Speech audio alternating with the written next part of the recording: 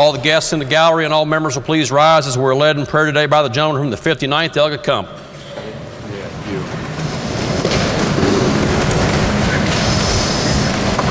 Oh, was that me? Yes. Our eternal Father in heaven, we thy children come before thee this morning to thank thee for all the blessings thou hast given us. We thank thee also as elected officials for giving us the opportunity to serve the citizens of West Virginia. Bless us that we may stand where we're appointed and to reach out and seek thy wisdom in all that we do. We ask in Jesus' name, amen. Amen. All members and guests will please remain standing as we're led in the Pledge of Allegiance by the gentleman from the 16th Delegate Limble. Please join me in saluting our country. I pledge allegiance to the flag of the United States of America and to the republic for which it stands, one nation under God, indivisible, with liberty and justice for all. All members and guests may be seated. Reading of the Journal. Journal of the House of Delegates, Charleston, Tuesday, January 15th, 2019. Gentleman from the 11th, Delegate Atkinson. Mr. Speaker, I ask unanimous consent that the further reading of the Journal be dispensed with and that it be approved as having been read. Gentleman from the 11th, I ask unanimous consent that further reading of the Journal be dispensed with and that it be approved as having been read. Is there objection? Is there objection? Chair hears no objection. So ordered. Introduction to guests. Gentleman from the 23rd, Delegate Miller.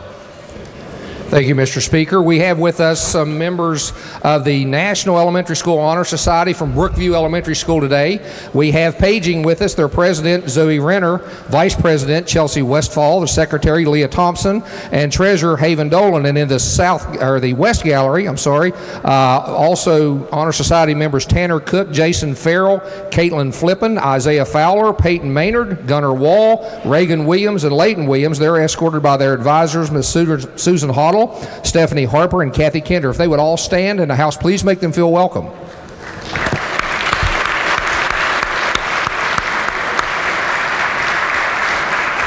Gentleman from the 14th, Delegate Butler. Thank you, Mr. Speaker. Joining us from Ashton Elementary today, we have 3 pages. And if these pages would stand up as I call their names, we have Ashton Hamilton, and he's accompanied by Ashley and Anthony, his parents. We also have Connor Buckle, accompanied by Ashley Buckle, his mom. And we have Isaiah Ramey, accompanied by his mom, Jessica. If the House would welcome them and keep them busy today.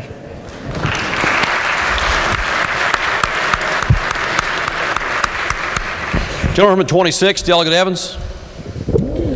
Thank you, Mr. Speaker. I'm supposed to have in the gallery somewhere some of the kids from McDowell County that are here for Youth in Government. I'm not sure that they're there or not. I can't see from my position, but if they are, I'd ask the House would make them feel welcome. Also, joining us, watching us on the live stream from Southside Middle School in McDowell County, the many kids there watching today, I ask that we make them all feel welcome.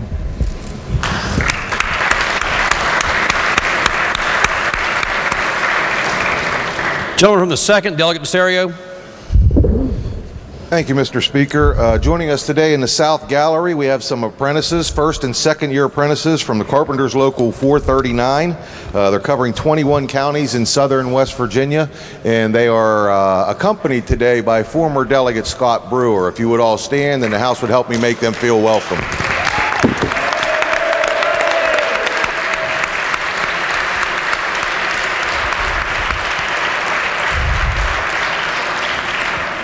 Lady from the 65th, Delegate Brown.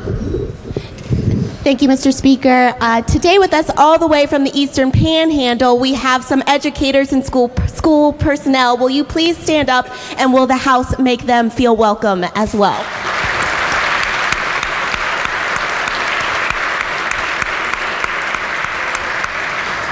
Gentleman from the 19th, Delegate Thompson. Thank you, Mr. Speaker. I just noticed I have a visitor from my area up there, one of my former students in the South Gallery, Justin Crockett. If he would stand up, everybody please give him a warm round of applause. Gentleman from the 24th, Delegate Rodriguero. Thank you, Mr. Speaker. On behalf of Delegate Tomlin and I, we have some students from student government from Mann Elementary. We have, wait a minute, they kept sending stuff. Don't send those more yet. Okay. We have President Bailey Jo Cook and her mom, Amy Cook, Vice President Peyton Nelson with her grandfather Lonnie Maynard, Senator Lucas Vanover with his grandparent Randy and Sabrina and little sister Layla. We have Senator Christina Wheatley with her mom Nina Wheatley. Their student government sponsor is Tammy Lucas and Tony Duba. And today is Tammy Lucas's birthday, and I'd like to wish her a happy birthday. Would the floor please make them welcome? Thank you.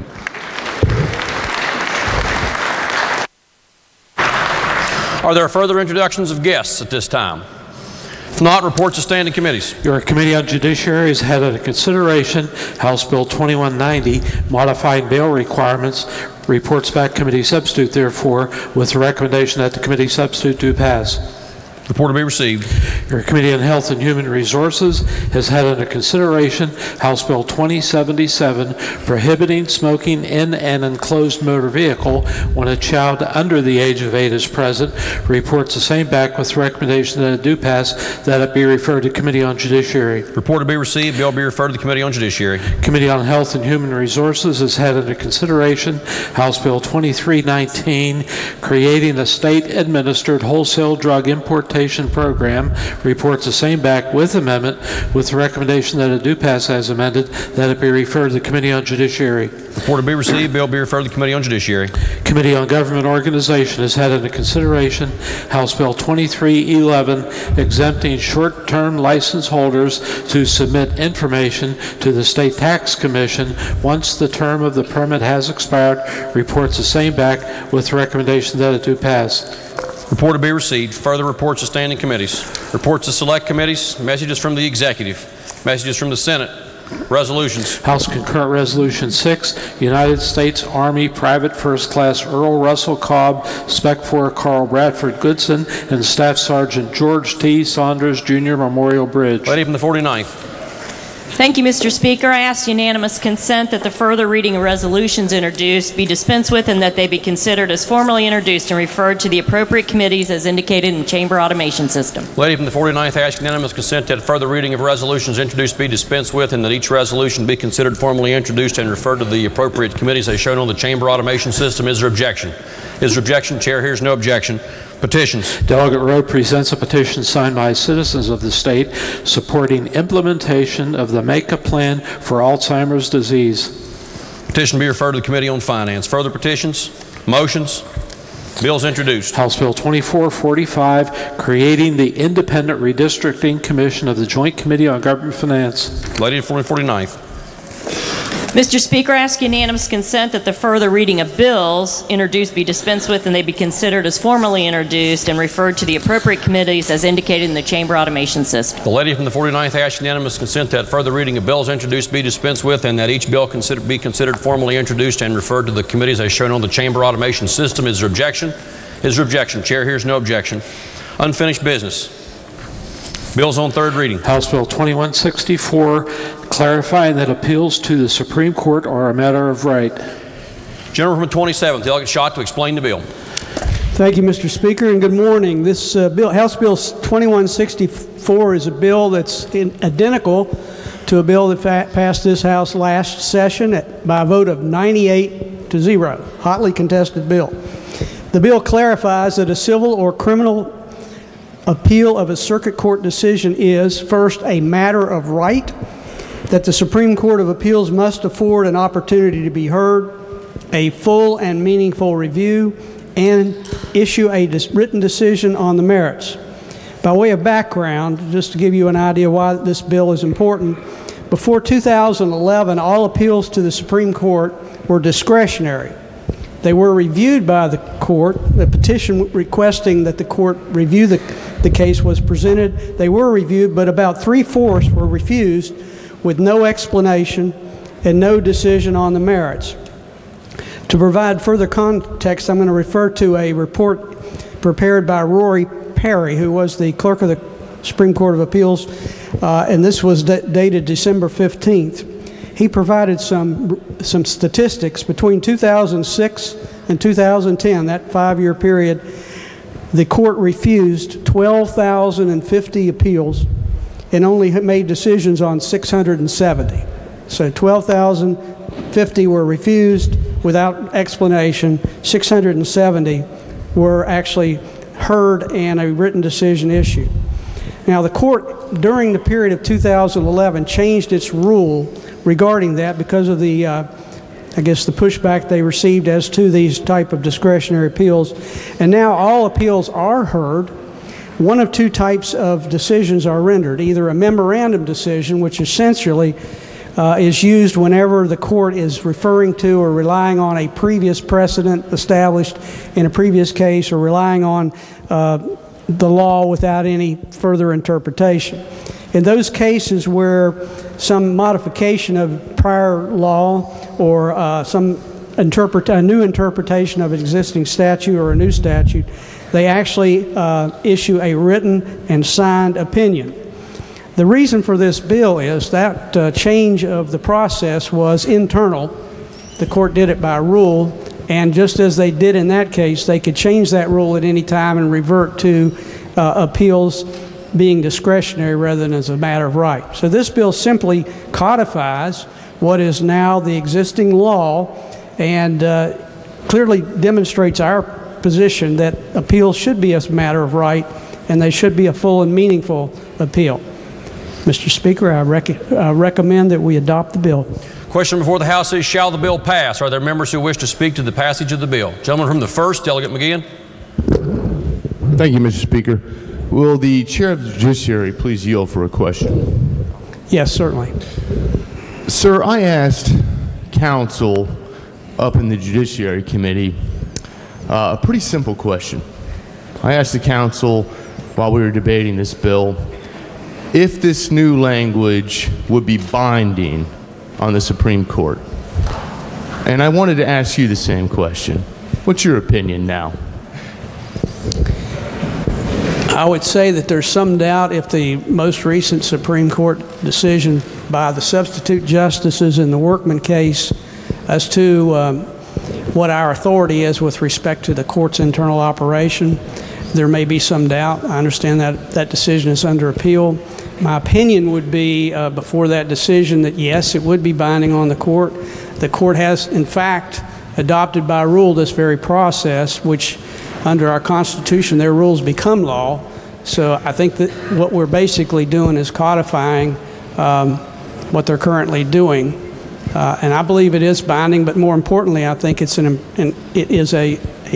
assertion of us as a body of our policy that appeals. Every citizen, every entity should be entitled to a full and meaningful appeal if they take a case to our Supreme Court. Okay, thank you. Mr. Speaker, speak to the bill. Proceed. I'm in favor of this bill. But as of right now, in light of that ruling from that acting Supreme Court upon the impeachment proceedings that halted the impeachment proceedings, it is uncertain right now whether this body and the legislature in general, which is constitutionally charged with enacting, developing, and determining what the law is in this state, whether it's even relevant vis-a-vis the judicial branch. What has happened so far, and what this House specifically, not just the legislature, what this House specifically, regardless if you're a Republican or Democrat, regardless of whether you even agreed with why and how the impeachment proceedings started and ended, we should all be worried. We should all be concerned about what that ruling from that acting Supreme Court effectively did. What it effectively did was it annihilated the impeachment powers of this House. And then it also set a precedent that left in question whether they can abide by this House and the Senate, the legislative's purview constitutionally to determine what law is in this state. The powers of impeachment belong to this House exclusively. Sole power of impeachment in the state constitution. Sole power of impeachment. We are the check, the last check on the other two branches of government. We cannot let that court decision stand as law, folks, because this goes beyond party, this goes beyond just this legislature, it goes beyond, it goes well into the future. It is a horrible precedent. We need to address it because simple bills like this, which have great intent and can do very good, positive things that we're about to pass here, we're not even sure if they're going to be abided by our own Supreme Court.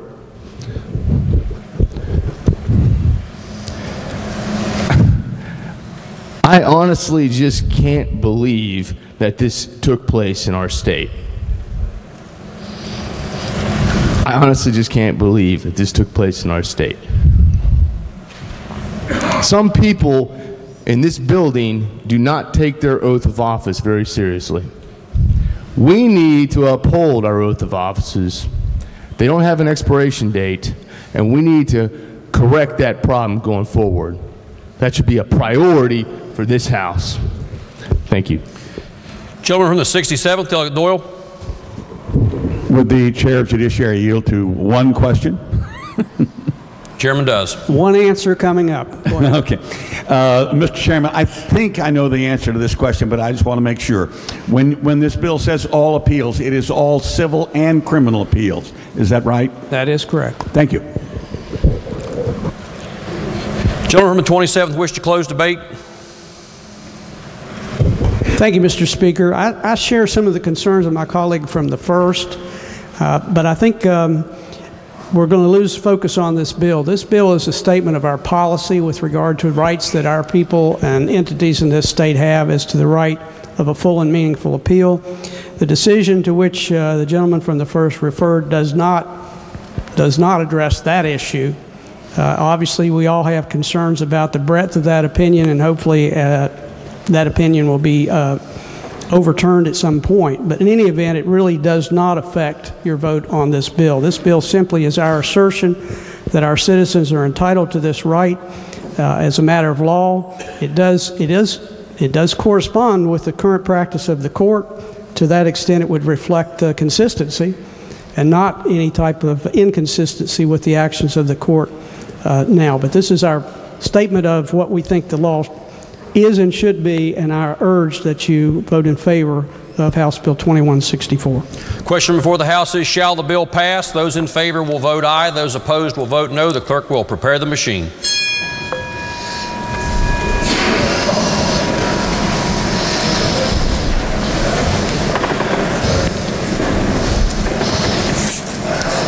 Has every member voted? If so, the clerk will close the machine and ascertain the result. On that question, there are 100 ayes, 0 nays, and 0 members absent not voting. Majority of those present having voted in the affirmative, Chair declares the bill passed. Clerk will please report the title. House Bill 2164. Are there amendments to the title?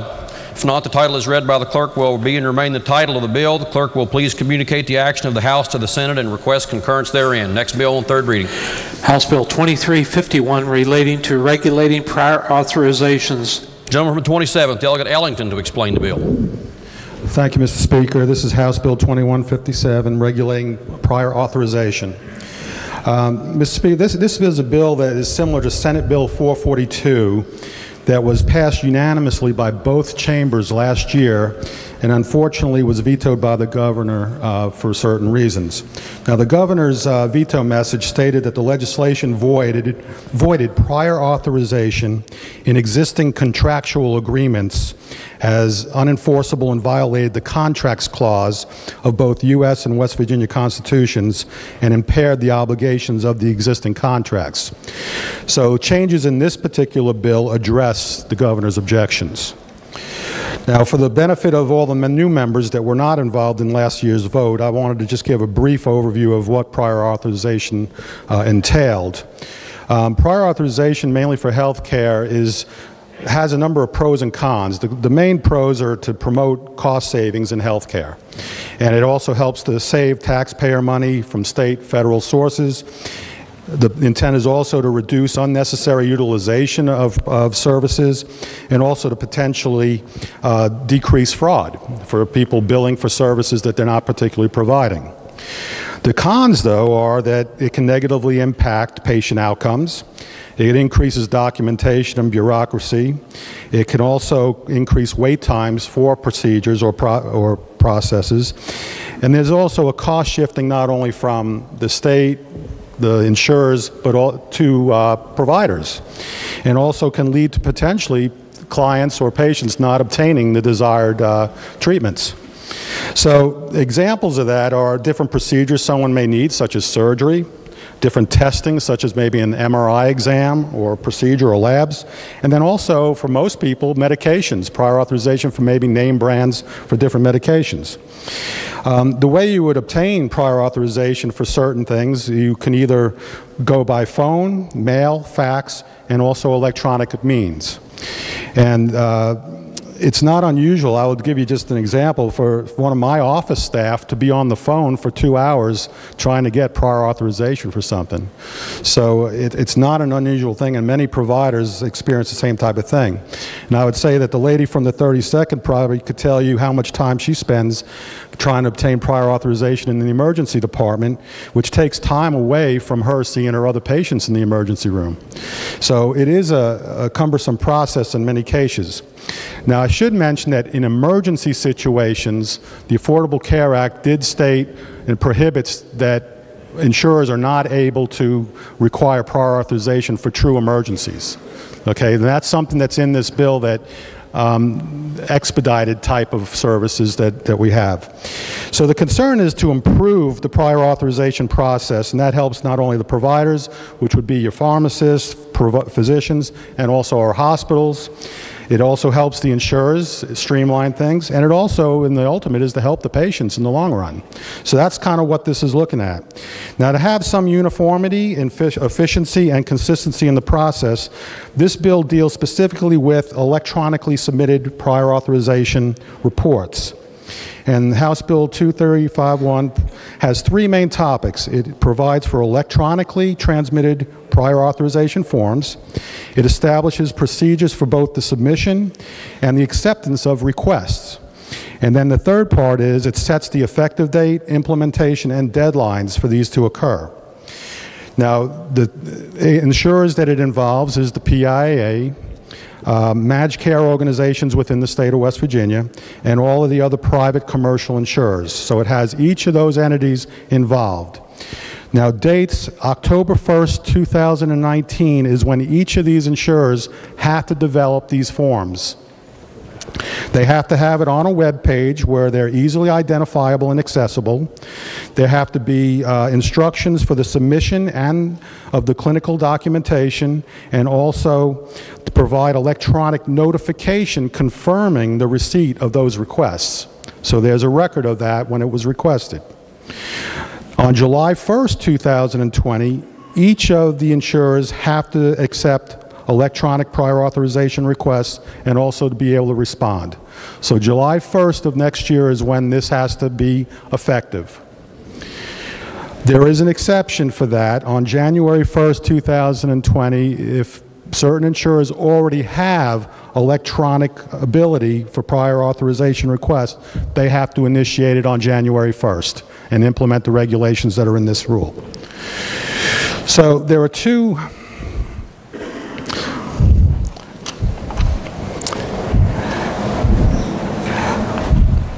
let's see, I was missing one thing here. Let's see. Okay, there are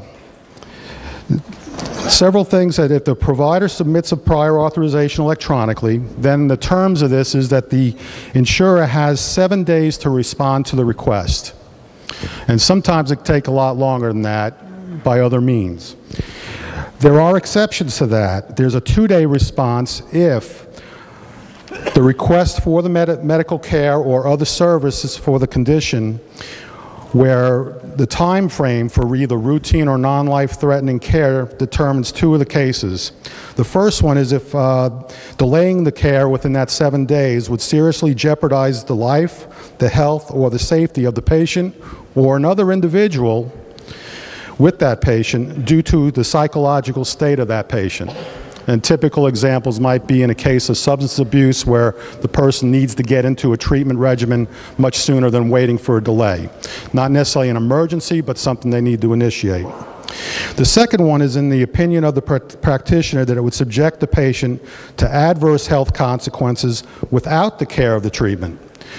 Say someone has elevated blood pressure and they need to be started on a medication immediately to prevent something like a stroke in the next several days, instead of delaying that medication for the next week or two. So those are the two examples that I gave, but those are the two sets where they can respond quicker.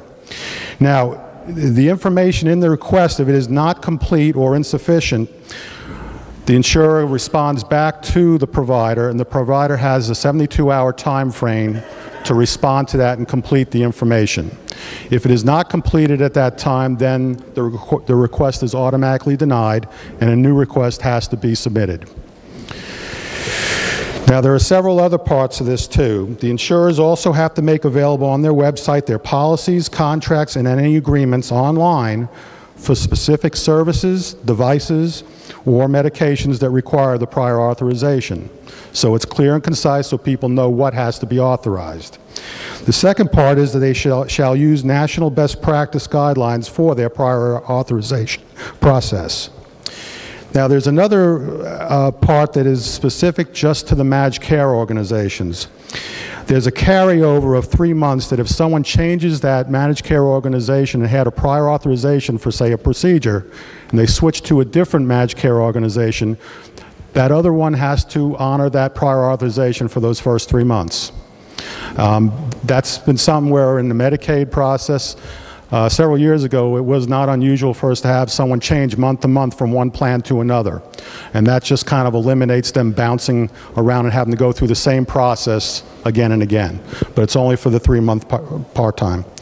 And then it's effective for all contracts that are effective after January 1st, 2020. That's how it does not violate the contract clause that the governor posed before. So, Mr. Speaker, I would be glad to answer any questions related to this, but I would recommend that the bill is passed. Question before the House is, shall the bill pass? Are there members who wish to speak to the passage of the bill? Lady from the 52nd, Delegate Saipo.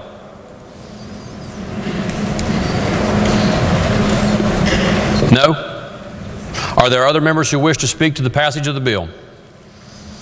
If not, the question before the House is, shall the bill pass? Those in favor will vote aye. Those opposed will vote no. The clerk will prepare the machine.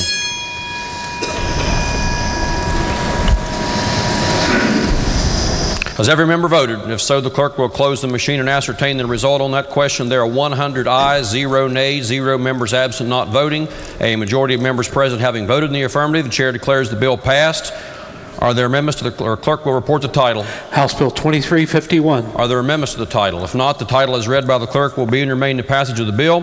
Clerk will please communicate the action of the House to the Senate and ask concurrence therein. Further bills on third reading.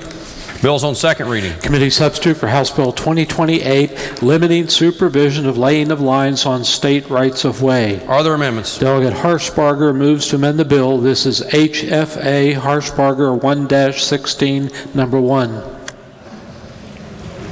Does the gentleman from the 7th ask unanimous consent to explain the amendment in lieu of having it read? Is there objection? Chair hears no objection. Gentleman from the 7th. Thank you, Mr. Speaker. This amendment basically just adds, right now, just basically water line and sewer line. This adds utilities and pipelines. And understanding most public service districts only install water line or sewer line, but just kind of looking in the future, if we ever partner with a PSD to lay broadband or another utility in the line while they're concurrently installing a water line, this just gives them some ease of having a state inspector on site during the course of the whole job when that other utility possibly could be installed on a state right of way. So that's basically just include utilities and pipelines. Thank you, Mr. Question before the House is the adoption of the amendment. Are there members who wish to speak to the amendment? Delegate from the 56th, Delegate Howe. Thank you, Mr. Speaker. I support the gentleman's amendment. Going forward into the future, it broadens the bill and it will be good for the future. Further members who wish to speak to the passage of the amendment? Does the gentleman from the 7th wish to close debate on the amendment? If not, the question before the House is the adoption of the amendment. Those in favor will say aye. Aye. Those opposed will say no. The ayes have it and the amendment is adopted. Are there further amendments? If not, the bill will be advanced. Committee substitute for House Bill 2038 relating to the procedure to determine if an occupation or profession should be regulated. Are there amendments? If not, the bill will be advanced. Committee substitute for House Bill 2128 allowing state employees to take paid leave to attend parent-teacher conference for their children. Are there amendments? If not, the bill will be advanced. Committee substitute for House Bill 2183 clarifying where a charge of DUI may be brought against an individual. Are there amendments? If not, the bill will be advanced. Further bills on second reading. Bills on first reading. House Bill 2185 relating to the removal of animals left unattended in motor vehicles. Bill will be advanced. Committee substitute for House Bill 2307 relating to creating a provisional license for practicing barbering and cosmetology. Bill will be advanced. Further bills on first reading. None. Leaves of absence. Remarks by members of the House. Remarks by members of the House. Introduction of guests. Miscellaneous business. Lady from the 49th. Thank you, Mr. Speaker. I move subject to announcements that the House adjourn until 11 a.m. tomorrow. Lady from the 49th moves that subject to announcements, the House stand adjourned until 11 a.m. on tomorrow, Thursday, January 17th. Are there announcements? Gentleman from the 10th, Delegate Chris. Thank you, Mr. Speaker. Your Committee on Finance will meet Wednesday afternoon at 2 p.m. with a budget presentation from the Department of Administration, and at 4 p.m. with the School Building Authority. Thank you, Mr. Speaker. Gentleman from the 35th, Delegate Capito. Thank you, Mr. Speaker. The Committee on the Judiciary will resume the posted agenda at 2 p.m. this afternoon in the committee room. Gentleman from the 21st, Delegate Dean. Thank you, Mr. Speaker. Your Committee on Education will meet in the House Education Room at 2:30 today. Republican members will caucus at 2 in the Chairman's office. Gentleman from the 28th, Delegate Pack. Thank you, Mr. Speaker. Republican members of this House will caucus here in the chamber today at 12. Gentleman from the 9th, Delegate Holland. Thank you, Mr. Speaker. The Committee on Prevention and Treatment of Substance Abuse will meet tomorrow, January 17th at 3:30 p.m. Government org. The agenda is posted. Gentleman from the 13th, Delegate Cato. Thank you, Mr. Speaker. Your Republican members on the Committee on Government Organization will caucus today in GovOrg at 2 o'clock. Thank you. Gentleman from the 1st, Delegate McGeehan. Thank you, Mr. Speaker. Your Committee on Veterans Affairs and Homeland Security will meet this afternoon at 1 o'clock p.m. in the House Education Room.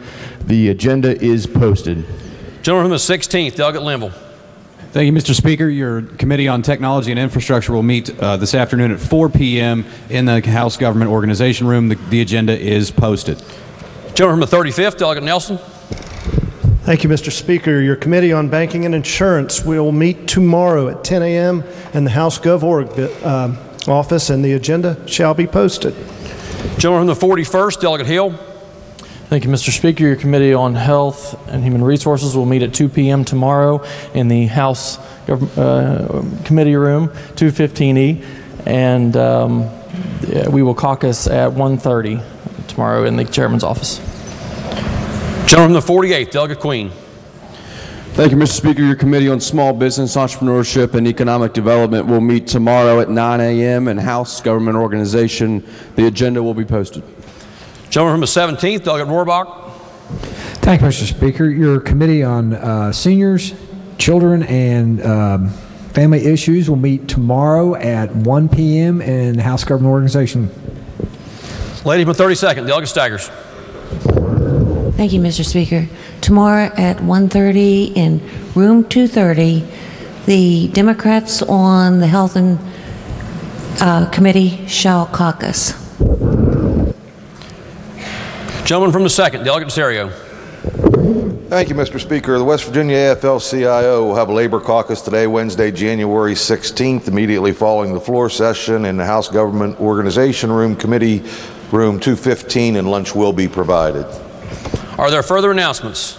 Are there further announcements? If not, the question before the House is the motion by the lady from the 49th that the House stand adjourned until 11 a.m. tomorrow. Those in favor will say aye. Those opposed will say no. Ayes have it, and the motion is adopted. This House is adjourned until 11 a.m. tomorrow.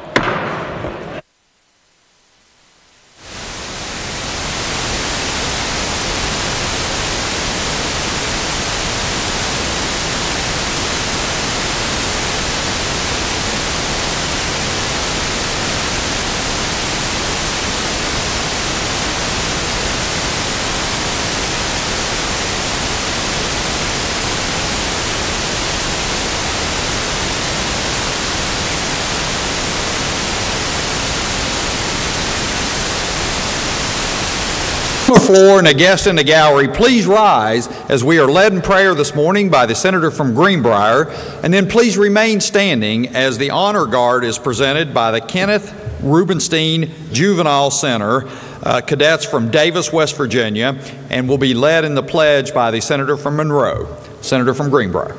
Thank you, Mr. President. This is the day that the Lord has made. Let us rejoice and be glad in it. Let's bow. Oh, Holy One, we thank you for the gift of today. Today, we have the opportunity to spread your good news, to share your love, to build your kingdom. It's an awesome responsibility, so we come before you humbly seeking your guidance. Keep us focused today, Lord. Keep us humble. Keep us close.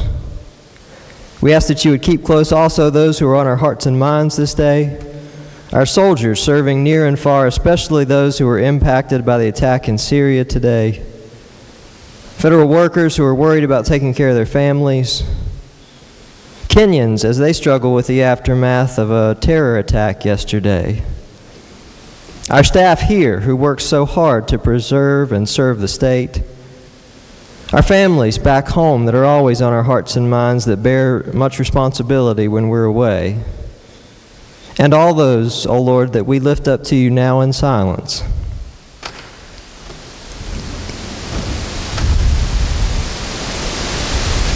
We thank you for hearing our prayers. Let all God's people say, Amen. Presentation of the color.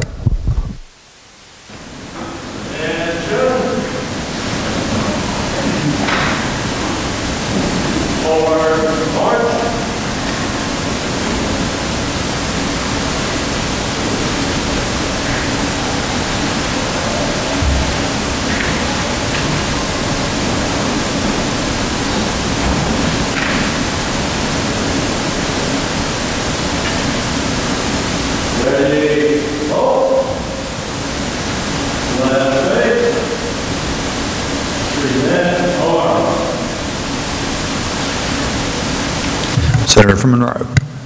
Thank you, Mr. President. Will our guests in the gallery and the members on the floor join with me in reciting the pledge? I pledge of allegiance to the flag of the United States of America and to the republic for which it stands, one nation under God, indivisible, with liberty and justice for all. Forward arms, right face, forward march.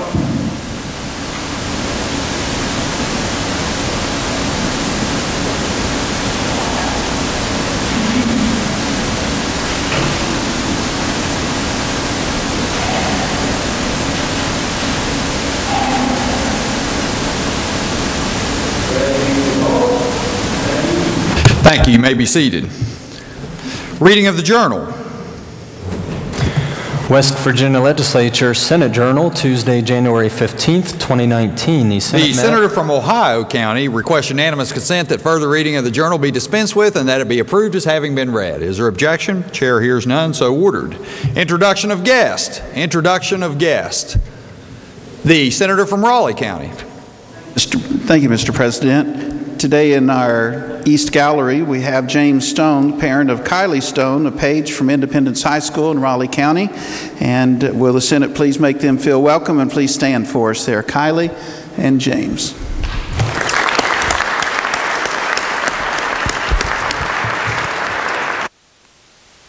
Thank you, Senator. And on behalf of the Senate, it is my pleasure to welcome our honorary page for the day. And you've been introduced, Kylie Stone, and we're so thankful you're here. Thank you very much. Further introductions, the junior senator from the 17th.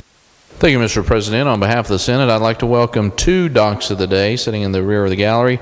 We have with us Matthew Davis, a DO from Lewisburg, West Virginia, as well as Casey Stickler, from an MD from Huntington, West Virginia. If you docs wouldn't mind standing, let the Senate give you a warm welcome.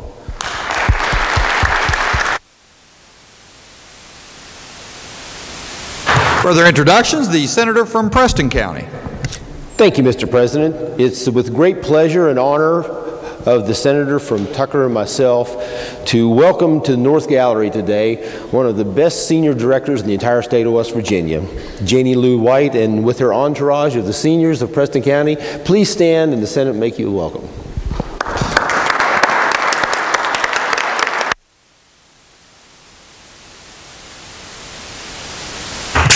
Further introductions.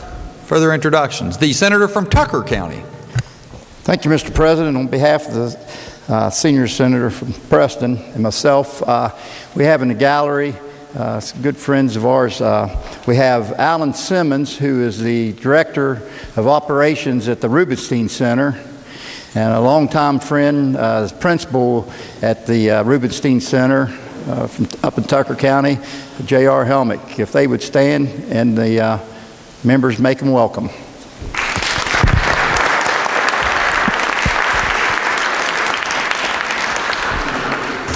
Further introductions? Further introductions. Communications from the House? There are none. Communications from the Executive? There are none. Reports from standing committees? Your Committee on Education has had under consideration Senate Bill 1, increasing access to career education and workforce training, and reports back a committee substitute for same, with the recommendation that the committee substitute do pass, but under the original double committee reference, first be referred to the Committee on Finance. Respectfully submitted, Patricia Puertes Rucker, Chair. Report will be received, and under the bill's original double committee reference will be referred to the Committee on Finance. Your Committee on Government Organization has had under consideration Senate Bill 3, establishing West Virginia Small Wireless Facilities Deployment Act, and reports back a committee substitute for same. With the recommendation that the committee substitute do pass, respectfully submitted, Gregory L. Boso, Chair. Report will be received. Your Committee on the Judiciary has had under consideration Senate Bill 17 relating to probation eligibility, and Senate Bill 152 relating generally to criminal offense expungement, and reports back committee substitute for same.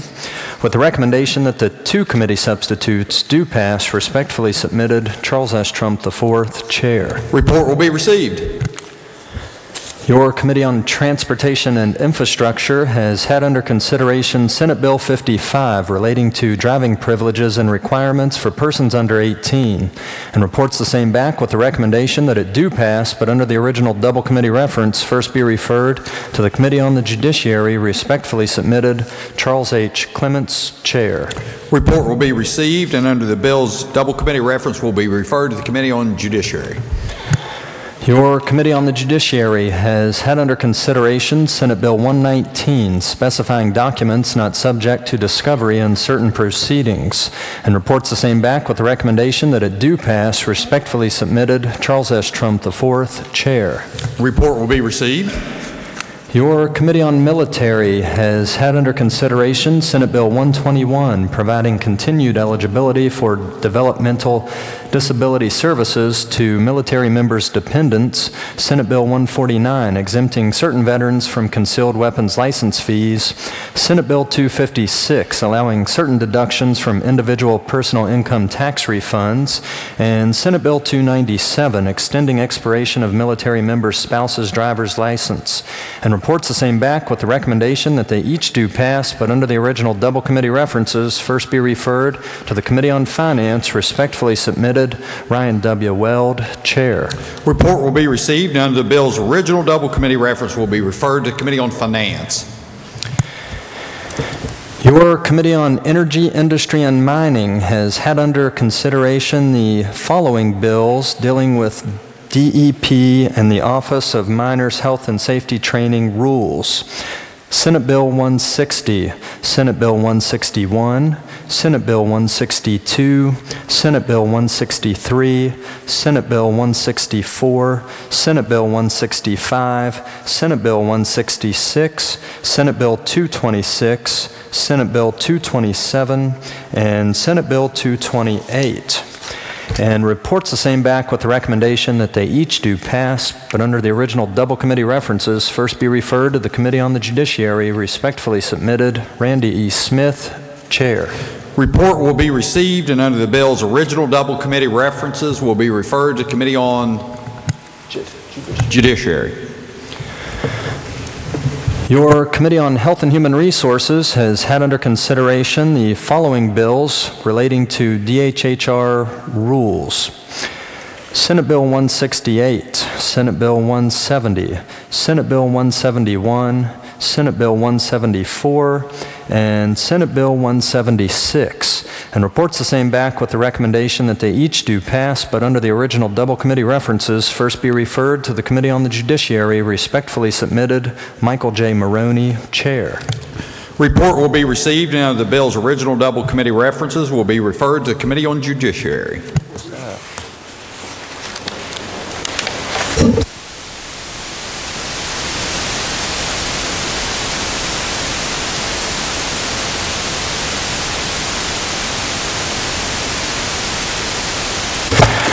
Your Committee on Health and Human Resources has had under consideration Senate Bill 172, DHHR rule relating to newborn screening system and has amended same, and Senate Bill 175, DHHR rule relating to collection of and exchange of overdose data and has amended same, and reports the same back with the recommendation that they each do pass as amended, but under the original double committee references, first be referred to the Committee on the Judiciary. Respectfully submitted, Michael J. Maroney, Chair.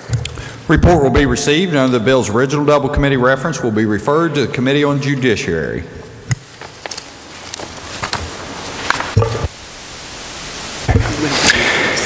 Your Committee on Transportation and Infrastructure has had under consideration Senate Concurrent Resolution 10, originating in committee, amending the joint rules of the Senate and House of Delegates relating to resolutions, and reports the same back with the recommendation that it be adopted, but with the further recommendation that it first be referred to the Committee on Rules. Respectfully submitted, Charles H. Clements, Chair. Report will be received and referred to the Committee on... Report will be received. The junior senator from the 17th. Thank you, Mr. President. I move that the bill be referred to the Committee on Rules. Junior senator from the 17th moves that the resolution be referred to the Committee on Rules. All those in favor will say aye. Those opposed, no. The ayes appear to have it. The ayes do have it. I declare the motion adopted. Further reports? No, sir. Reports from select committees? There are none. Introduction of bills. The junior senator from the 17th.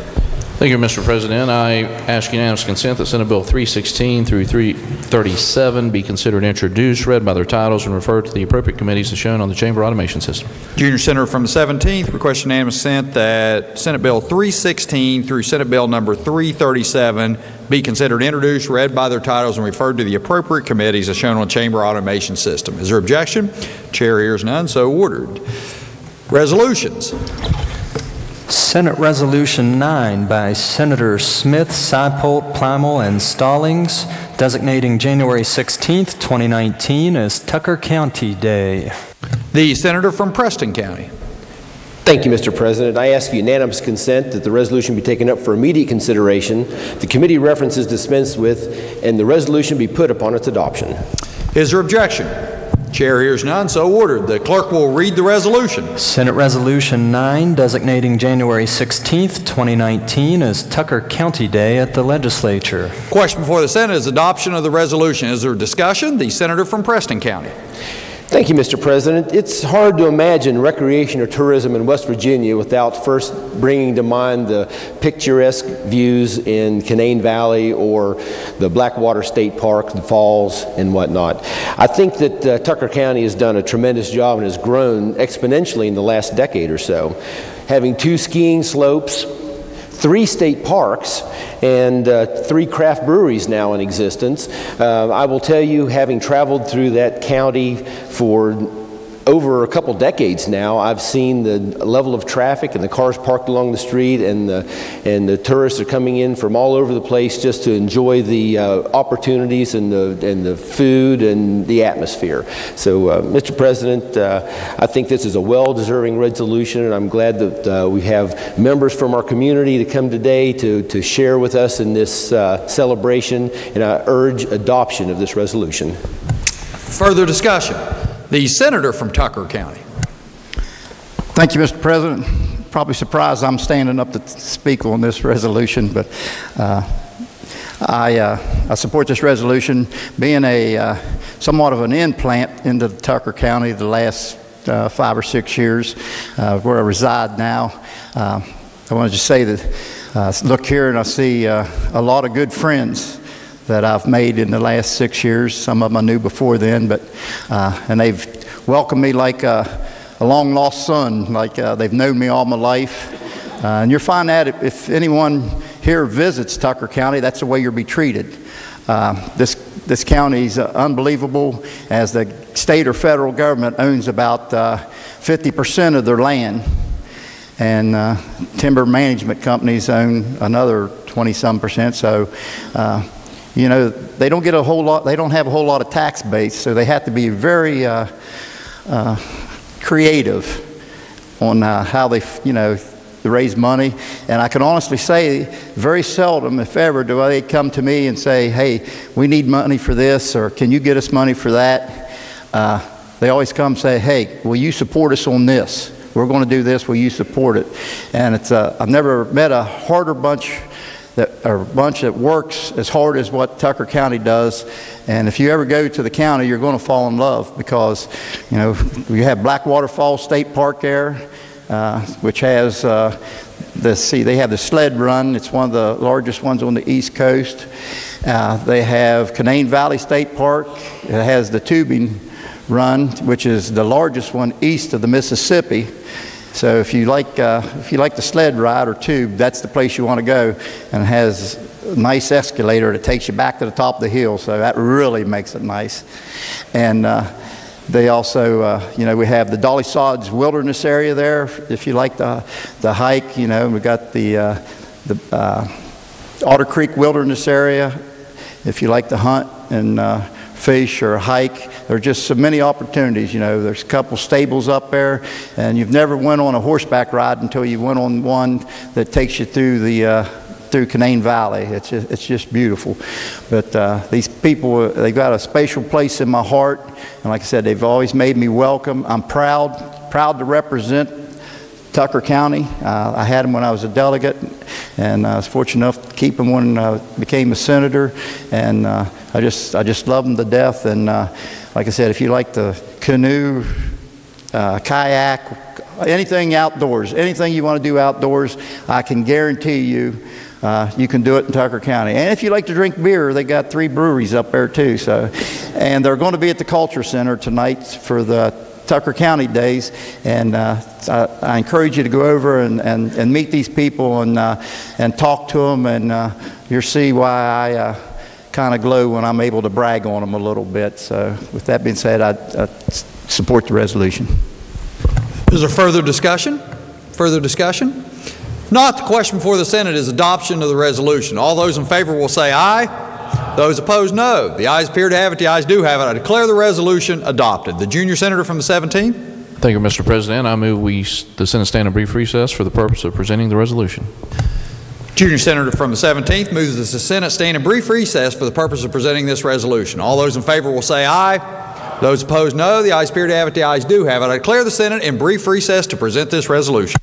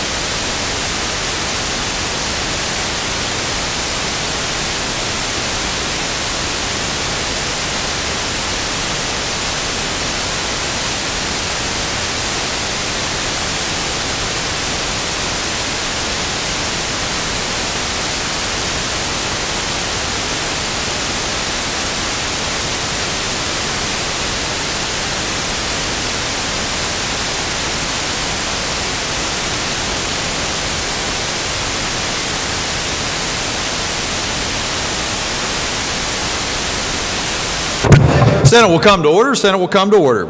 Further resolutions? No, sir. Motions? Petitions? There are none. Unfinished business? There is none. Bills on third reading? Engrossed Senate Bill 10 relating to Second Chance Driver's License Program. Third reading of the bill. Question before the Senate is, shall the bill pass? Is there discussion? The senior senator from the 15th. Thank you, Mr. President. Senate Bill 10 clarifies that the court-ordered restitution to victims of a crime or court costs credited to the Crime Victims Compensation Fund are not subject to the 5% administrative cost offset provision of the Second Chance Driver's License Act or the statutory waiver provision. It also requires that the court provide a full accounting to the DMV of all amounts owed to identify the amounts not subject to the waiver or the 5% offset. Mr. President, the fiscal note indicated no fiscal impact to the Division of Justice and Community Services as the result of the proposed language because there is currently no statutory authorization for the Division of Justice and Community Service restitution. Mr. President, this bill also passed in the 2018 last year with a vote of 32-0 with 2 absent. I urge passage. Is there further discussion? Further discussion? If not, all those in favor will vote yea. Those opposed will vote nay. The clerk will prepare the machine.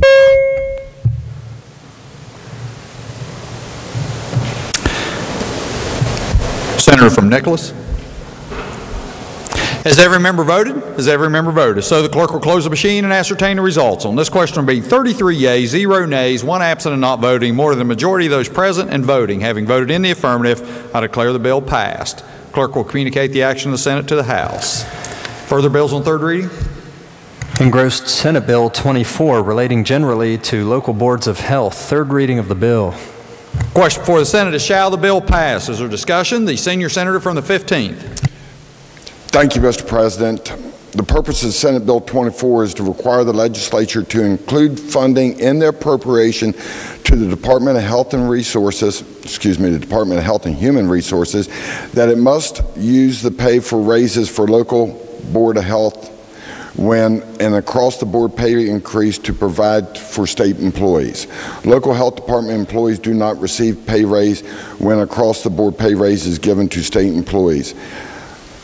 I'm going to take a few seconds and elaborate on this. This developed out of a conversation that we had in the Finance Committee last year, and this bill will actually take them out of, I'm going to call it purgatory, because they get caught between being a county and a state employee. Then every time we give across the board pay raise, what happens is the legislature then has to come back in and do another bill. The senior senator from the 16th brought this up in committee. We were aware of it in the past. So this bill actually solves the problem out into the future for all legislators to come, where they don't fall into the cracks on this. This bill passed last year also, but it was late in the game of 34-0, so I urge passage. Further discussion? The senator from Boone County. I also rise in support of this legislation. I was heartbroken last year that these folks, we didn't go back and backfill them, so they did not receive the raise that other folks did last year. At the same time, they're having to do more and more work with the hepatitis A outbreak, foodborne, as well as the opioid issues with bloodborne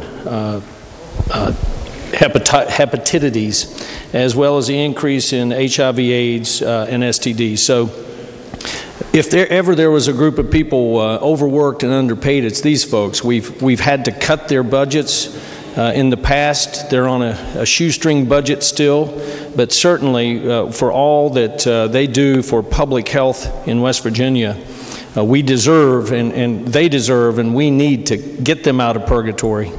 So I applaud the Finance Chairman's efforts here to get this bill rolling quickly. Thank you. Further discussion? Further discussion? Not. Question for the Senate is, shall the bill pass? All those in favor will vote yea. Those opposed will vote nay. The clerk will prepare the machine.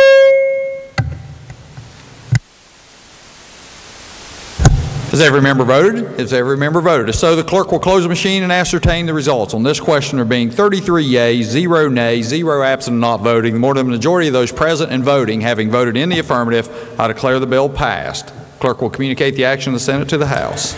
Engrossed Senate Bill 27, removing restrictions on where certain traditional lottery games may be played. Third reading of the bill. Question before the Senate is, shall the bill pass? Is there discussion? The senior senator from the 15th. Again, thank you, Mr. President. Senate Bill 27 removes current restrictions on where certain Keno-themed lottery games may be played and recognizes such games as truly traditional lottery games. The bill allows such games to be sold in the same manner and locations as other traditional lottery games. Currently, these games are only allowed to operate in private clubs, retail liquor licenses, and bars. The fiscal note on this is, I'm going to read it to you. By allowing Keno sales at any traditional lottery location, the lottery would see an increase of $3 million with the installation of no new equipment.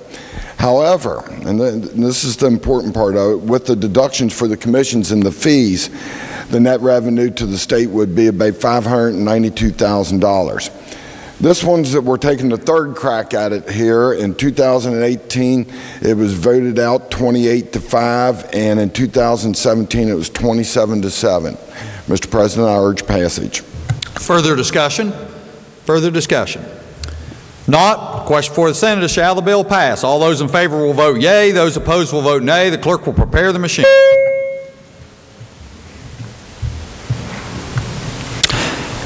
Has every member voted? Has every member voted? If so, the clerk will close the machine and ascertain the results. On this question, there being 29 yeas, 4 nays, 0 absent and not voting, more than a majority of those present and voting having voted in the affirmative, I declare the bill passed. Clerk will communicate the action of the Senate to the House.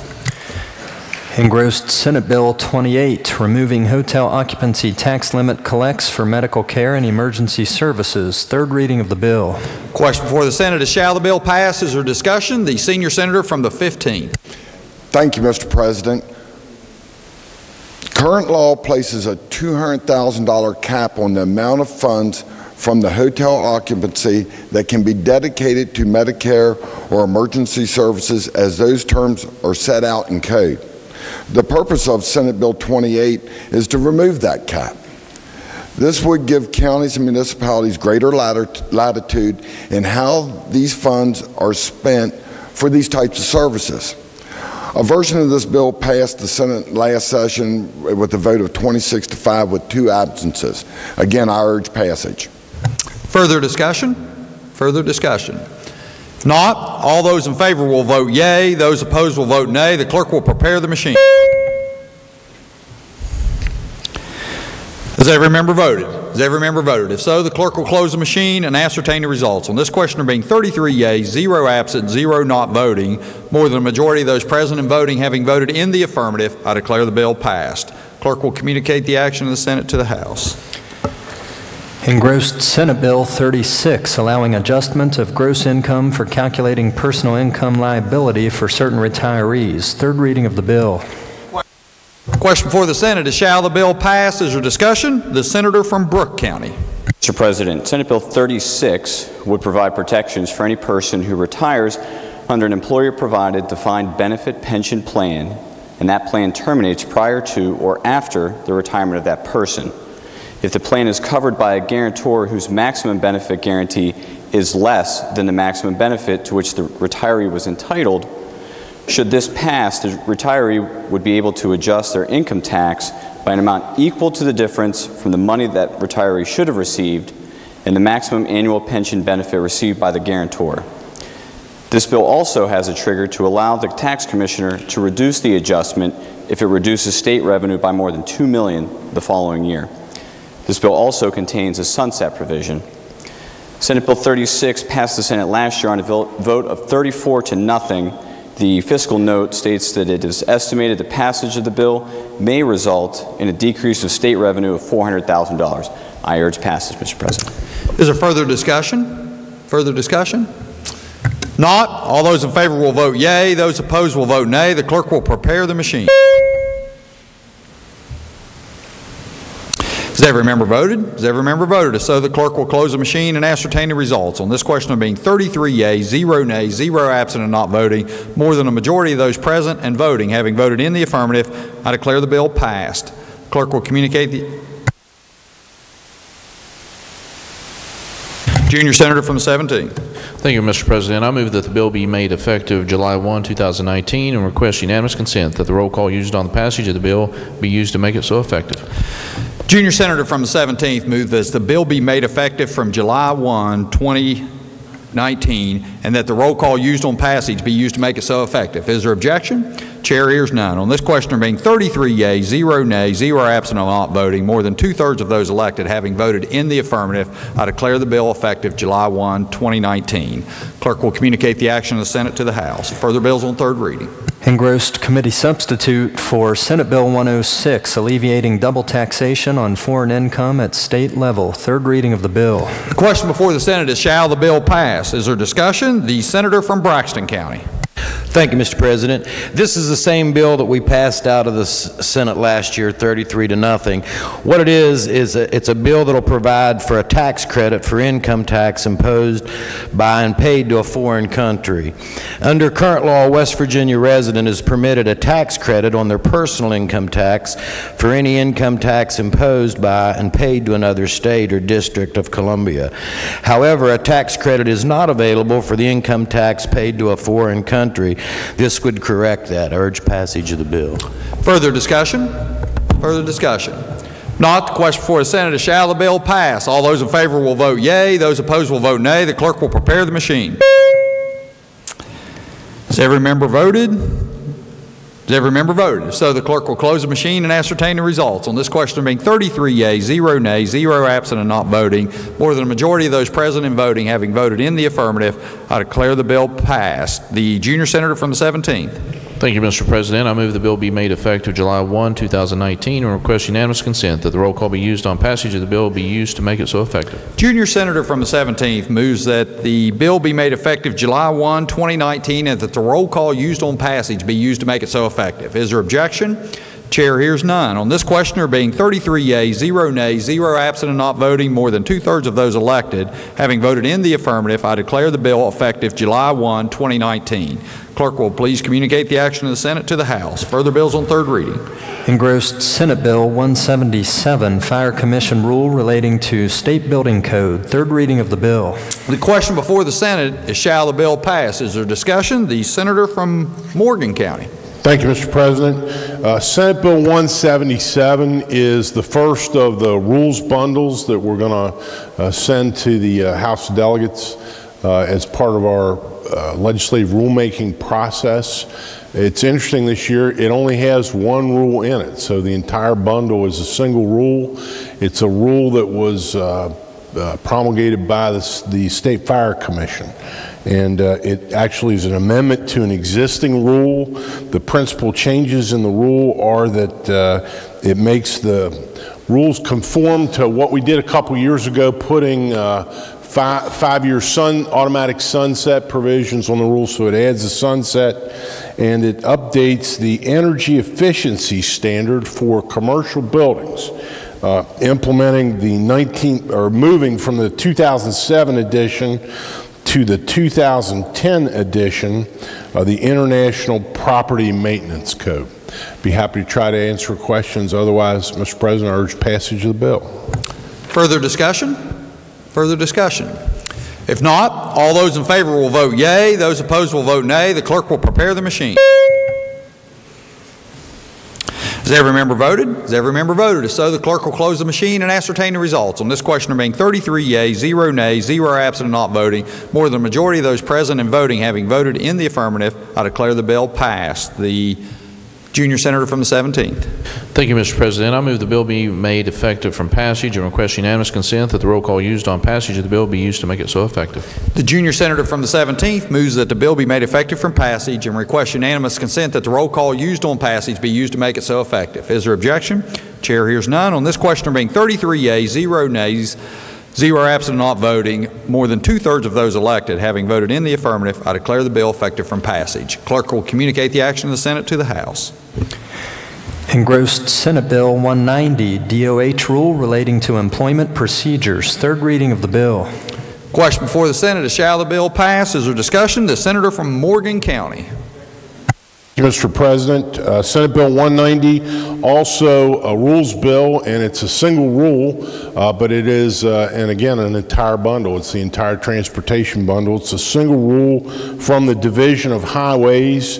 Members will recall that the legislature passed in special session after the citizens approved the Roads to Prosperity bonding amendment to the Constitution, some expedited procedures for Division of Highways to be able to try to hire and retain personnel to address the road construction that we contemplate and the citizens contemplate with the passage of that amendment. So this rule authorizes the Division of Highways to develop and implement special hiring procedures to ensure and provide for the selection and retention of qualified and competent personnel so that the division can maintain workforce sufficient to keep our roadways safe. Members will recall we amended this on the floor yesterday and added to the rule a definition of the term premium time, which is used in the rule. The State Personnel Board has approved a new plan for the Division of Highways that allows salaried and hourly classified service employees to be compensated for hours actually worked after the accumulation of 40 hours in the work week, even if annual or sick leave is used during that time. The employee must occupy a position that is paid either premium or straight time for overtime hours worked. This rule also has had added to it the required sunset provision that we require to be part of all the rules that come from agencies now. Mr. President, be happy to try to answer questions. Otherwise, I urge passage of the bill. Is there further discussion? Further discussion? If not, all those in favor will vote yea. Those opposed will vote nay. The clerk will prepare the machine. Has every member voted? Every member voted. If so, the clerk will close the machine and ascertain the results. On this question being 33 yeas, 0 nays, 0 absent, not voting, more than a majority of those present and voting having voted in the affirmative, I declare the bill passed. Junior Senator from the 17th. Thank you, Mr. President. I move the bill be made effective upon passage and request unanimous consent that the roll call used on the passage of the bill be used to make it so effective. Junior Senator from the 17th moves that the bill be made effective from passage and request unanimous consent that the roll call used on passage be used to make it so effective. Is there objection? Chair hears none. On this question being 33 yeas, 0 nays, 0 absent and not voting, more than 2/3 of those elected having voted in the affirmative, I declare the bill effective from passage. Clerk will communicate the action of the Senate to the House. Are there further bills on third reading? No, sir. Bills on second reading? There are none. Bills on first reading? Committee substitute for Senate Bill 61, adding certain crimes for which prosecutor may apply for wiretap. First reading of the bill. Bill be advanced. Senate Bill 272, updating code relating to Commission on Special Investigations. First reading of the bill. Bill be advanced. Are there further bills on first reading? No, sir. Introduction of guest. Remarks by members of the Senate. The Senator from Tucker County. Thank you, Mr. President. I've been thinking the last couple of days, I know that scares some of you, but everyone here, I'm sure, was at the State of the State or watching it on TV and the newspaper, and our governor had came out with a Jim's Dreams. This is a copy of it. It's not a color copy, but he had the big whiteboard set up, had Jim's Dreams in there, and went through. It got me thinking because, I was always taught if you didn't have a dream, you really didn't have anything. What was your purpose in life? If we don't have dreams to do this or get this done or see this done, all of us are here because we have dreams. I mean, things we want to see change. So I've got thinking, and I came up with Randy's dreams. And my dream is fix the darn roads.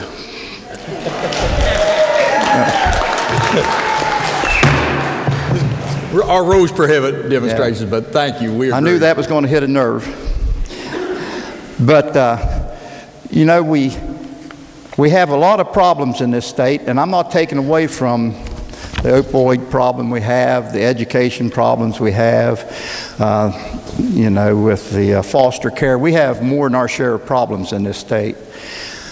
But my fellow senator and I, and I'm sure every one of you in here, Senator Sapol and I, we travel across our district. You know, we have 8 counties, and the #1 complaint is roads, especially in Preston County. You know, Senator Sapol lives in Preston County. I lived there for years. I'm back there often, and they've really got a problem in Preston County. And you know, some of it is a district problem because we have a few counties that we don't get a lot of complaints from. But you know, Preston County and Mon County, we hear from all the time. I know the senators that represent Mon County, you hear it all the time. And it seems like we say, you know, every year it's, yeah, we know they're bad, we know they're bad, but we don't do nothing about it. And that's where Randy's Dreams comes in. You know, the roads affect every member in this body, like I said.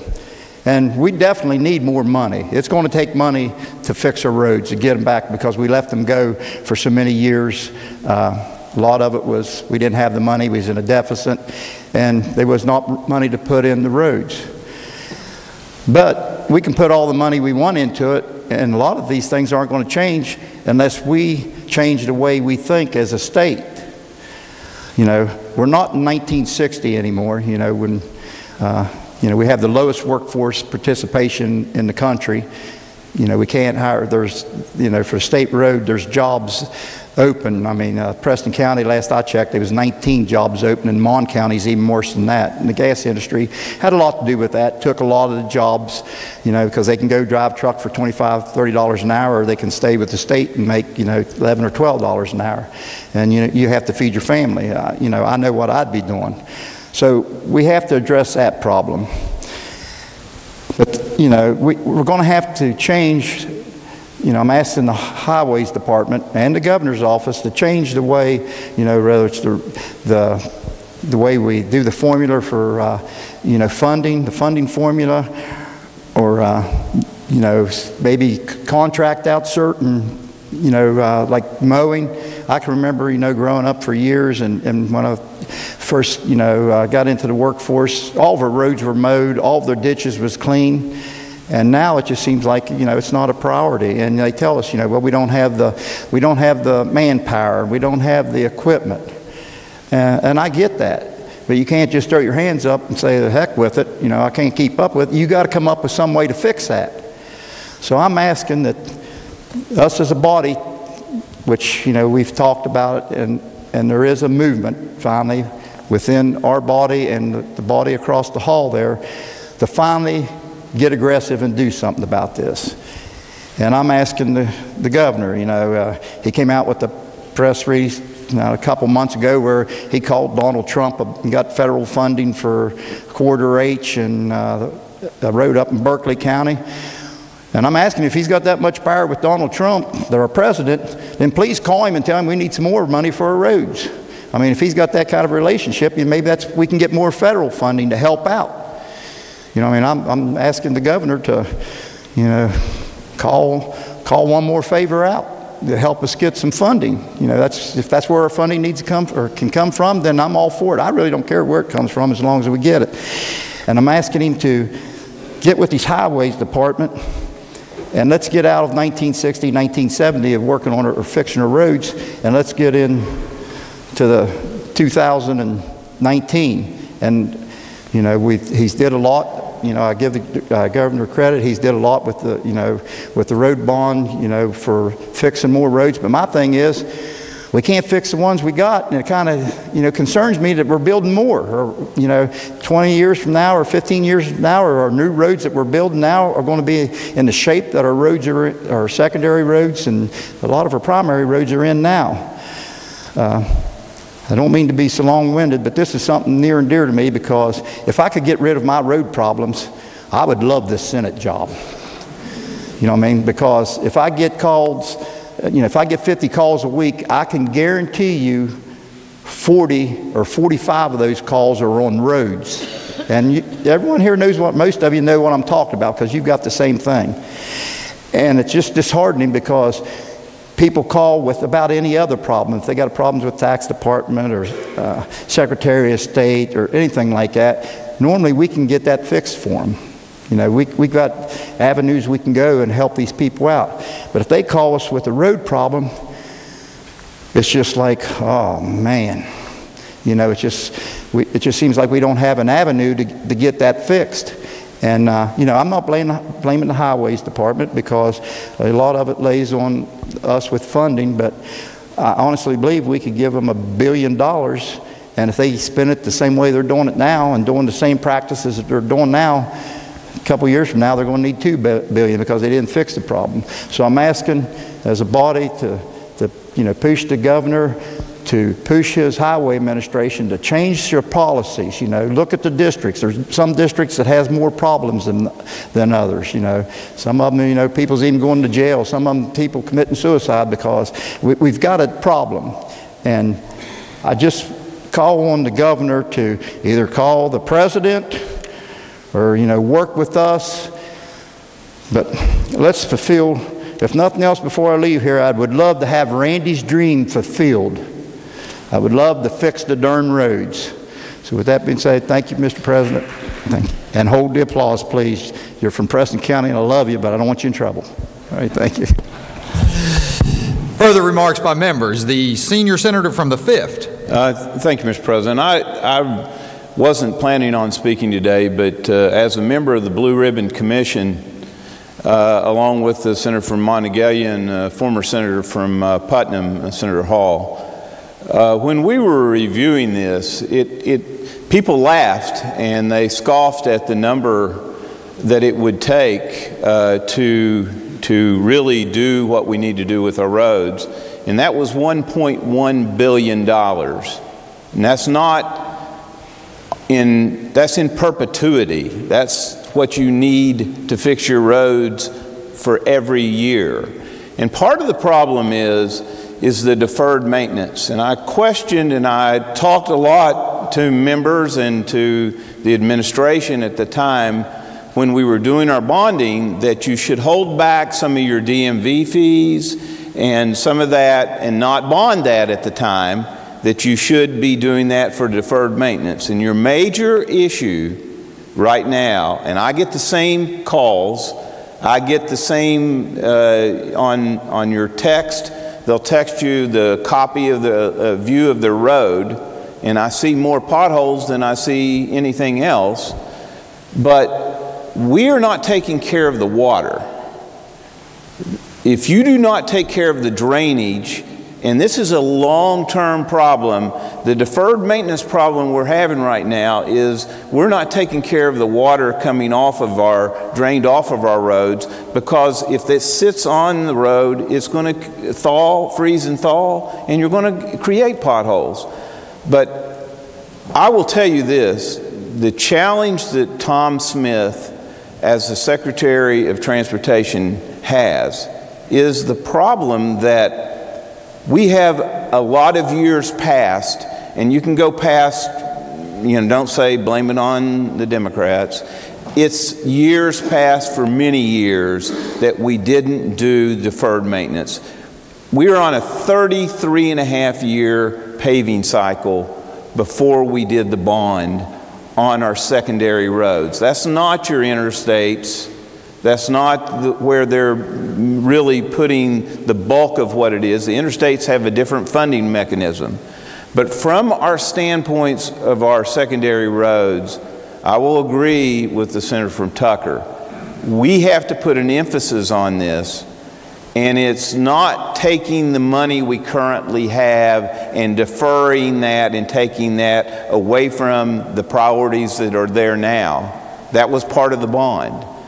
We have to come up with some, whether it's surplus, whatever it is, to start looking at that. And I will tell you, it won't even scratch the surface if you put $5 million per district in there to address this. You're going to have to put 10 to 15 million per DOH district.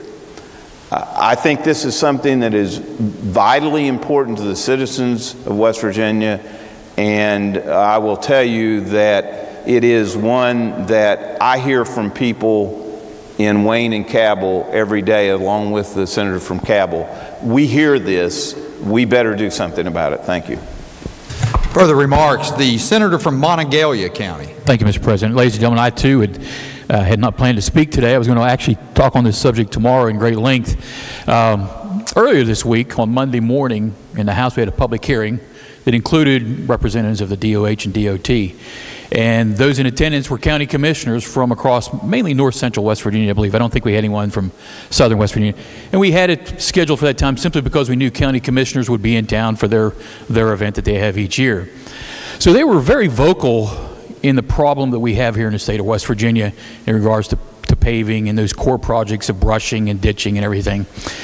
But the thing that really stuck out in my mind was a member of our CVB who had with her a stack of documents, and she called it 8 pages, but it was multiple entries on each page. And it was from TripAdvisor. And these were comments that folks were leaving about my community, Monongalia County, after they've been there for an event, whether it be a baseball, basketball, football, or bike fest that happens every July. And these were not positive comments, folks. These were very negative comments. And what stuck out was the fact that she says, now we have to go back, and the money we normally would put into advertising to promote event, we basically have to use the dollars to basically argue against the negative impact that it has on our community. So there's a lot of dollars being wasted in my community just to overcome the fact that we have bad roads. Now, earlier this year, as a result of a North Central West Virginia caucus of our county commissioners, I had ordered an audit done on District 4. Delegate Spoonoggle on the other side had piggybacked on that and had one on District 5. And the results were the same for District 4 and District 5. And one of the issues we were seeing that was clearly present in this audit was the fact that the money that was being allocated to the counties and to the districts was not being spent. It is recommended that they use 70% of that money that's allocated to the districts on core projects, which, as you know, is ditching and mowing and all those things. Except for one instance, they're only using about 50% of the funding. 50% of it. So my question is, where's the money going to that's not used? Well, a lot of it is going back to those areas like Putnam and Greenbrier, who's had flooding in the past, addressing those infrastructure problems we have in those areas at that particular time. And again, I want to go back to what the gentleman from Wayne said. This is just not a recent problem. This study was done for the past 10 years, the audit. And it was the same each and every year. They weren't spending the money that's allocated to it. So the other thing that came out in the report was the fact that pointed clearly to a labor issue, especially for Mon County.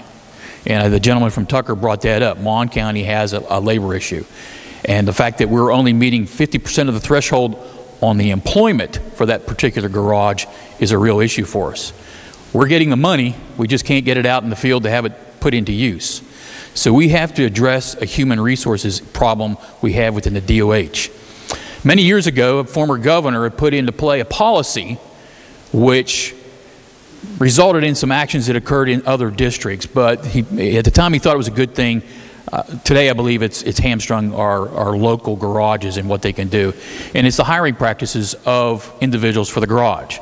Right now the policy that's in play is the fact that the garage, the local garage in your county, can interview staff that they need, labor that they need, but they can't hire at that time. That application, if it meets their needs, is sent here to Charleston for review. If it's accepted there, it's sent back to your district garage, then the approval goes on to your local garage. Folks, 3 weeks go by, that person who has applied for a job has a job already someplace in the world. Process starts all over again. So later on this week, hopefully it'll come up, is a piece of legislation, and I hope the chairman from transportation will take it up for consideration, is to eliminate that process. Allow that authority to remain with your local garage like it used to be prior to 2005. The other human resources issue we have, and the gentleman from Tucker mentioned it also, is what we're paying our people who work in the fields. You know, starting pay within the Department of Highways at our local garage is $9, and that's for the person sitting behind the desk answering phone calls. So we have to address that human resources issue of paying these folks. So it'll be another piece of legislation that will give these folks $3 an hour across the board pay increase that will be coming your way as well. And I know that's a fiscal note. I don't know how much that would be. I don't have a clue. But I think it's something we need to take up and have a serious discussion. The House is also going to reintroduce that piece of legislation as well. So folks, I think we know what some of the problems are. I think we just have to muscle down and really take it on, because it is an issue for each and every one of us across the state of West Virginia. I personally, just like the gentleman from Tucker, I'm tired of those phone calls. I mean, I could really have a nice evening at home if it wasn't for phone calls like that. Because you know, most times you're spending 15, 20 minutes apologizing and then trying to explain why it's occurring, and then finally explaining what little you can really do to help fix the problem that they have in their communities. But folks, I hope we'll all join together. This is not an issue that's Democrat or Republican. This is an issue for all of us, and it affects each and every county. Thank you, Mr. President. Further remarks? Further remarks. The senator from Mercer County. Thank you, Mr. President. Also, I hadn't intended to speak to this issue today, but this is an issue that's concerned me for quite some time.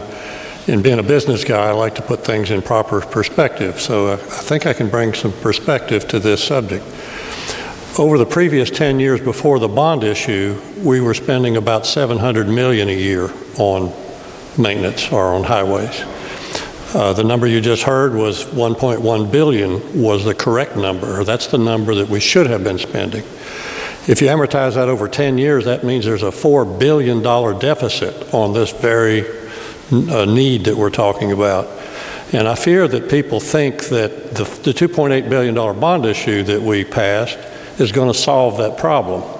That's not enough money to solve the problem. It will bring the highway department can only manage about 1.2 to 1.4 billion worth of work per year, which is slightly above the 1.1 we should have been spending for many years.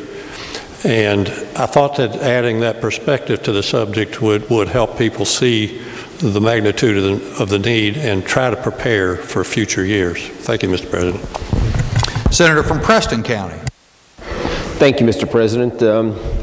Interestingly enough, I too had not planned on standing up today, but the conversation in here, though, I agree with everyone who has spoken, and I'm not going to contradict them one bit. It reminds me of a conversation I had with a former supervisor of District 4 Highways last summer. I was actually out of town at the time, and received a phone call from a constituent. I don't remember, probably it was in Preston County. I don't remember which road it was or anything else, and I shot a text message to him, and the gentleman called me back, and I remember sitting in the motel room and on one of those desks, and I was trying to make a few notes, and we talked. It turned into a 2-hour conversation.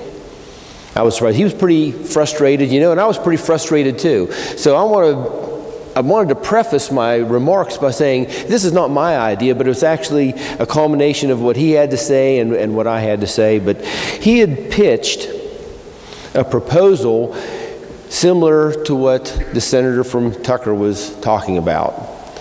We have to think anew and act anew. We can't follow the same old routine. We can't follow the same trappings in the past. We need to think anew and act anew.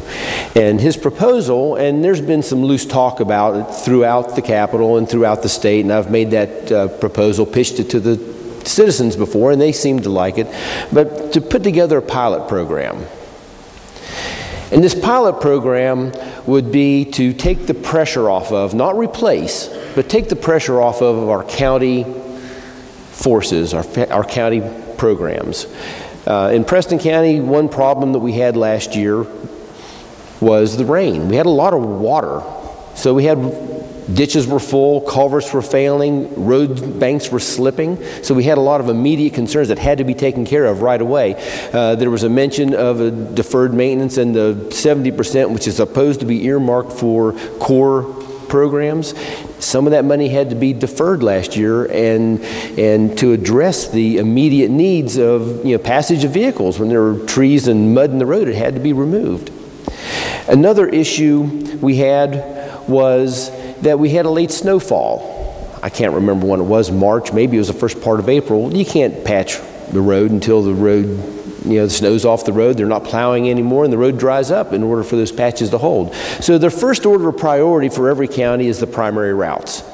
We're talking about the US 50s, we're talking about the State Route 92s, the State Route 72s, the State Route 7s. That's their first priority. By the time they got all the slips pretty well addressed so traffic could pass again, and they're not all fixed yet, we're still working on them, and they had some of the ditches opened up, and they had the snow all removed, and the weather was clearing up, and they're ready to start patching, and they take care of the primary routes. Guess what? It was about August, maybe a little later, and that's when they started on the secondary roads. So at the end of the day, after they finished the primary routes and they started on the secondary routes, guess what? They only had a couple months left before the snow flies again to even address those. It only covered maybe 20%, maybe 30% of the secondary roads. The rest were untouched. And I have constituents tell me all the time, there's not been a state road truck out on my road for 3 years. It's probably true because they can't address all of them every year. So this proposal, which the former supervisor put forth to me, and I've been talking to people and they seem to think it might work, is if we would take the primary routes in our state under a pilot program, and I'm talking about maybe 1 county or 2 counties, and contract it out to the private sector. Small sections, 4 to 6 miles maybe at a time. Let contractors bid on it for the patching, for the ditching, for the mowing, the basic stuff that happens, the snow removal, that stuff that happens year after year after year. And then the county forces would be relieved of that responsibility, and they could begin as soon as the weather breaks to start on the secondary roads with their patching, their ditching, their culverts, and take care of all the things that need to be done to maintain our roads. I think it's a program, a pilot program that's worthy of our attention. I think that there is opportunity in there to not only repair some of the problems of the past and get our maintenance back up to snuff, but it also is a jobs program. And the point was made to me by this former supervisor that, how many farmers do you know in Preston County who have a 92 horsepower tractor and only use it during hay season?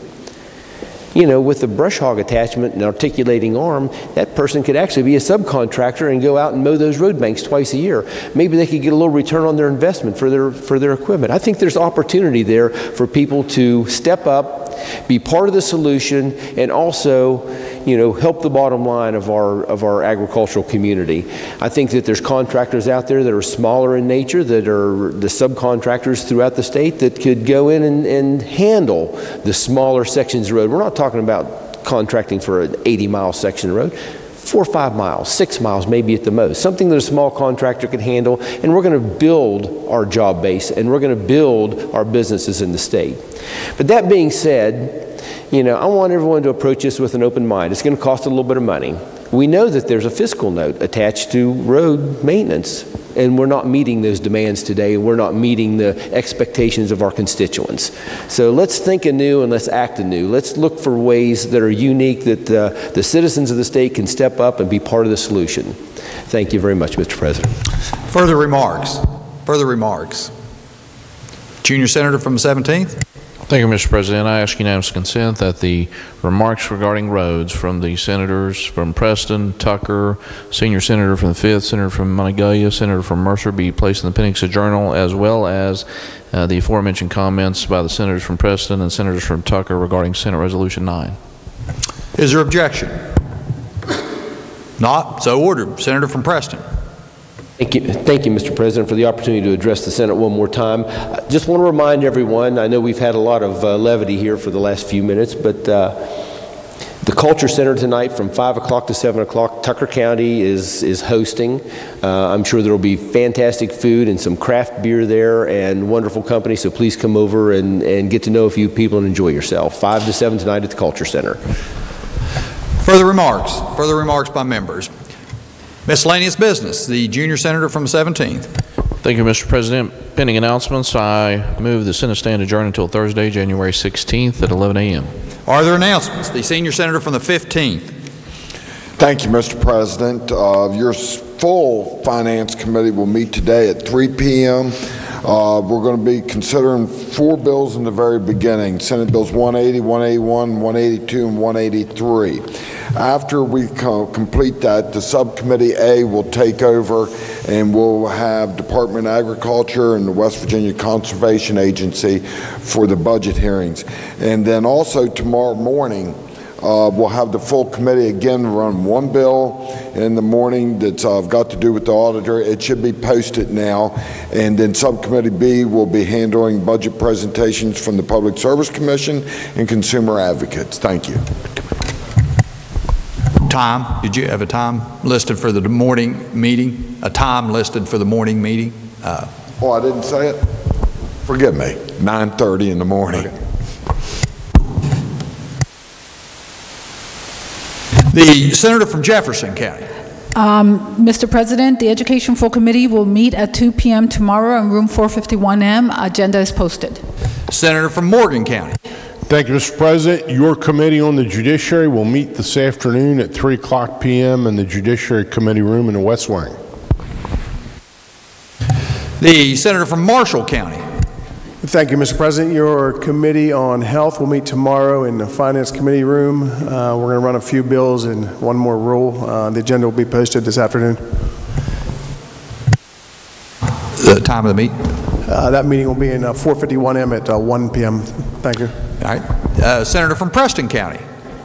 Thank you, Mr. President. As announced yesterday, your Committee on Agriculture will meet today at 2 p.m., 208 West. Please bring your computers. Time of the meeting? 2 o'clock. The senior senator from the 6th. Thank you, Mr. President. Your Committee on Economic Development will meet today at 1 p.m. in 208 West. Agenda has been posted. Further announcements? The senator from Wood County. Thank you, Mr. President. Your Committee on Pensions will meet today at 2 p.m. in room 451M. Further announcements? Further announcements? If not, the question for the Senate is, shall the Senate stand adjourned until tomorrow at 11 a.m.? All those in favor will say aye.